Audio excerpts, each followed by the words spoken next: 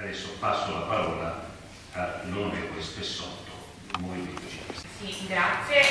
dell'invito, buonasera a tutti. Io sono venuta qui soprattutto per ascoltare soprattutto diciamo, la posizione e le informazioni che ci hanno dato i consiglieri regionali, che toccano un po' più con mano il problema e i documenti, perché comunque non avendo rappresentanti di regione non c'è neanche possibile accedere a quelli che sono i documenti. Le notizie che si appreso dalla stampa sono sempre molto limitate e devo dire che per quello che ho seguito io negli ultimi mesi si sono incentrate tutte su questo balletto di dove posizionare l'ospedale unico.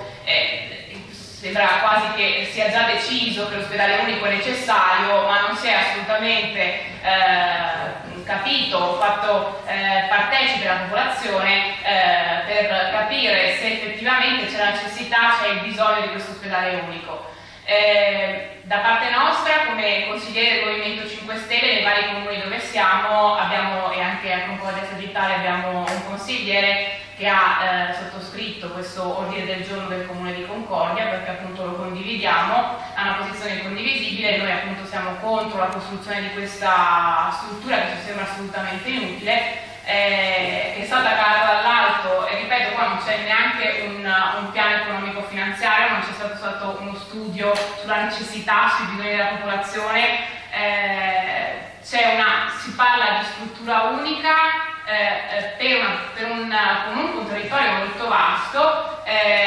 con una popolazione che sta sempre più invecchiando e quindi tende sempre meno a spostarsi, e quindi sarebbe molto più utile, sono molto più utili le strutture posizionate più capillarmente sul territorio. E poi queste strutture ce le abbiamo già, sono già realizzate. Cosa ce ne faremo poi di queste strutture? Che poi abbiamo l'ospedale di Portogruaro che viene continuamente ristrutturato, l'ospedale di Saponaro stesso, anche questo è continuamente sottoposto a interventi di ristrutturazione. Stiamo investendo in questi edifici e poi ce ne vogliamo liberare per fare questo ospedale unico, non si sa per quale motivo, perché poi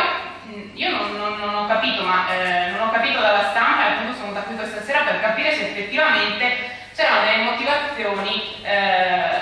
che venissero dalla regione, che avesse dei dati certi, che dicesse sì, in quel territorio è necessaria la costruzione dell'ospedale unico. Da questa sera ho capito, grazie a questo incontro, ho capito che dati non ce ne sono, che è la solita manovra speculativa, perché poi abbiamo visto cosa è successo con l'ospedale di Vicenza, abbiamo visto cosa è successo con l'ospedale dell'Angelo, i costi enormi del project financing, che poi non è che si ripercuotono solo sulle popolazioni locali, ma si ripercuotono su tutta la sanità veneta, perché quando la regione si trova a dover pagare un ospedale in project financing che avrebbe un costo molto inferiore se decidesse di fare un mutuo per costruire una nuova struttura, quando una regione si trova a dover sostenere dei costi così elevati come quelli appunto derivanti dal project financing, da costruire con il project financing, si trova a dover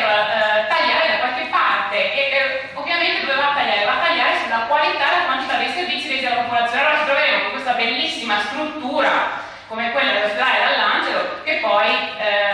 dà dei servizi scarsi o di bassa qualità, perché appunto non siamo in grado di pagare. Quindi sostanzialmente chiudo il mio discorso.